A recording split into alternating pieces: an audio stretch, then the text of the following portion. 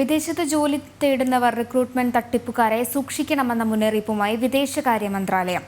ജോലി വാഗ്ദാനം ചെയ്ത് തട്ടിപ്പ് നടത്തുന്ന സംഘങ്ങൾ വ്യാപകമായതിനെ തുടർന്നാണ് മന്ത്രാലയത്തിന്റെ മുന്നറിയിപ്പ്. രജിസ്റ്റർ ചെയ്യാത്ത ഏജന്റുമാർ സമൂഹ മാധ്യമങ്ങളിലൂടെ റിക്രൂട്ട്മെന്റ് നടത്തി നിരവധി പേരെ തട്ടിപ്പിനിരയാക്കുന്നത് ശ്രദ്ധയിൽപ്പെട്ട സാഹചര്യത്തിലാണ് മുന്നറിയിപ്പ്.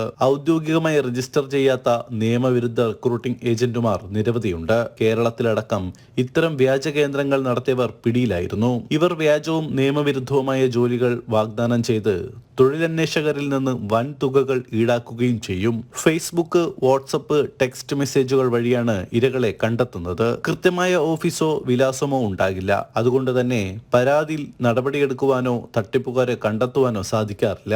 ഗൾഫ് രാജ്യങ്ങൾ, കിഴക്കൻ യൂറോപ്യൻ രാജ്യങ്ങൾ, മധ്യേഷ്യൻ രാജ്യങ്ങൾ തുടങ്ങിയ വിവിധയിടങ്ങളിലായി ജോലി വാഗ്ദാനം ചെയ്ത് തട്ടിപ്പ് നടത്തുന്ന സംഘങ്ങൾ വ്യാപകമാണ്. വീട്ടുജോലിക്കെന്ന വ്യാജേന സ്ത്രീകളെ എത്തിച്ച ശേഷം മറ്റു ജോലികൾക്ക് പ്രേരിപ്പിച്ച നിരവധി പരാതികൾ അടുത്തിടെ ലഭിച്ചതായി വിദേശകാര്യ മന്ത്രാലയം ചൂണ്ടിക്കാട്ടി. തൊഴിലന്വേഷകർ വിദേശങ്ങളിലേക്ക് പുറപ്പെടുന്നതിന് മുമ്പ് തൊഴിൽ കരാർ പരിശോധിക്കണമെന്നും അധികൃതർ മുന്നറിയിപ്പ് നൽകുന്നു.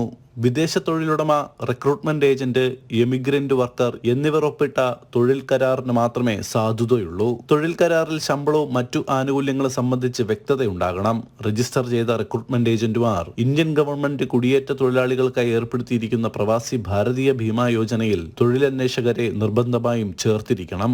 മരണപ്പെട്ടാൽ 10 ലക്ഷവും ജോലി സംബന്ധമായ പരിക്കുകൾക്കും ചികിത്സാ ചെലവടക്കം ആനുകൂല്യങ്ങൾ ലഭിക്കും. ഒറ്റത്തവണ പ്രീമിയം 275 രൂപയാണ് 2 വർഷത്തേക്കുള്ള കവറേജിന് നൽകേണ്ടത്. 375 രൂപ പ്രീമിയം അടച്ചാൽ 3 വർഷം കവറേജ് ലഭിക്കും. emigrate.gov.in അംഗീകൃത റിക്രൂട്ട്മെന്റ് ഏജന്റുമാരുടെ പട്ടിക ലഭ്യമാണ്. ഇന്ത്യൻ എമിഗ്രേഷൻ നിയമമനുസരിച്ച് രജിസ്റ്റർ ചെയ്ത റിക്രൂട്ടിംഗ് ഏജന്റുമാർക്ക് 30,000 രൂപയും 18% GSTയുമാണ് സേവന ഫീസായി വിദേശത്തേക്ക് പോകുന്നവരിൽ നിന്ന് ഈടാക്കാവുന്ന പരമാവധി തുക. വാങ്ങിയ തുകയുടെ രസീത് നൽകണമെന്നും വിദേശകാര്യ മന്ത്രാലയം പുറത്തിറക്കിയ വാർത്താക്കുറിപ്പിൽ അറിയിച്ചു. സുജിത് സുരേഷൻ, ജനം, കുവൈറ്റ്.